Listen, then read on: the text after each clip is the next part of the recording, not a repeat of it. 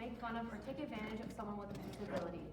Today, I'm going to talk about the history of how people have treated people with disabilities, how society views them today, and what we can do to help improve. First, let's talk about the past and how they were treated. According to an article by the National Park Service, treatment over the past 100 years was often cruel and shocking.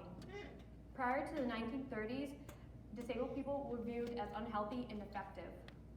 They were often abandoned by their families because lack of knowledge about their care, so they didn't know how to treat them.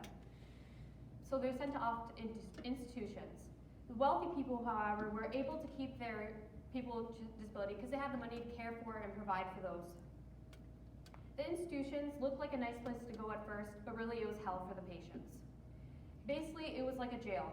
They were locked away from society. They even ended up moving the institutions farther out in the country so people wouldn't have to see and look at them.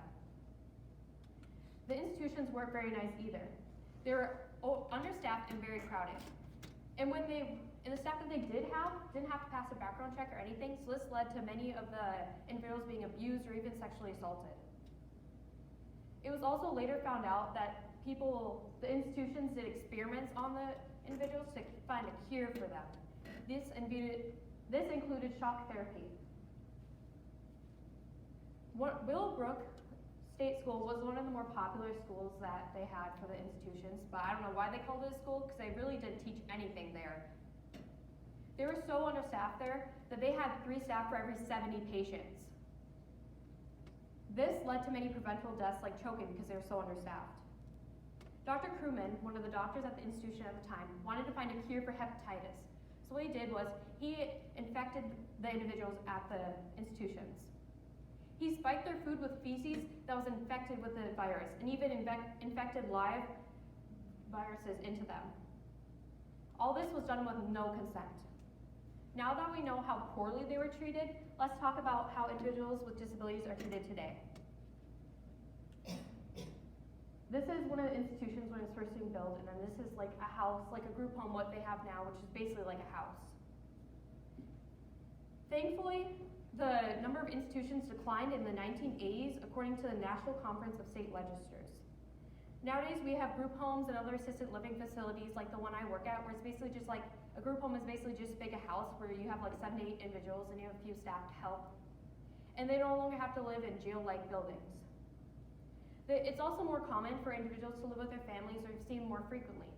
People with disabilities are more welcome to society, and we have more wheelchair accessible things for them. They also are now able to get jobs. Before they didn't have jobs for them, and now they have jobs, although their jobs are usually hard to get and they're still underpaid. Society has improved because we now know more about their disability, and our society's view has changed over the time. Around the 1800s, Sir Francis Galton promoted the thought of improving the stock of humanity, which basically meant he wanted to get rid of the flawed people to create the perfect humans. This meant getting rid of the disabled people. Today, 38% of people still believe that people with disabilities are a burden to society. So although we have improved a lot, we still have a lot to improve. Now let's talk about what we can do to help. I recently watched a TED Talk by Stella Young, who has a disease that makes her bones very fragile, so she has been wheelchair bound most of her life. One thing that really stood out to me is when she said, "I'm not your inspiration." During her speech, she talks about how when she was teaching at a school, she was teaching and a boy raised his hand and he said, "When are you going to do your speech?" She was confused. He thought that because she was disabled that she was going to give an inspirational speech, because that's all he's known. We've even had it here where we have disabled people come and give their speech. People view them as an inspiration. We see them as, oh, they're like this, we're lucky I'm not like them. In Stella's speech, she just kept talking about, I'm just living my life and adapt as I need to. My next thing is eye contact. One of my biggest pet peeves is when I'm working and say I go out to eat with one of the individuals I work with. I assist them with paying for their meal and picking out what they want, just ordering right. Well, when the individual is trying to order, the employee always looks at me and talks to me, when the individual is the one trying to talk to them, not me. They deserve the respect that everyone else gets. Another thing is patience. It may take someone a little bit longer to count their cash or pick out what they want, but just be patient. Today, I've talked about the history of how people with disability were treated, what society views them like today, and how we can help improve. I encourage you to use what I said and help improve today's society. I also recommend applying for like the open door or something because I really like my job. It's really rewarding, and you get a special bond with the individual that you work with. If you're interested in that, you can always volunteer. For the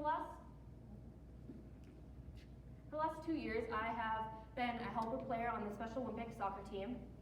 It's really fun, and I had to cover the faces for privacy reasons, but it's really fun, and they also have other sports like basketball or volleyball.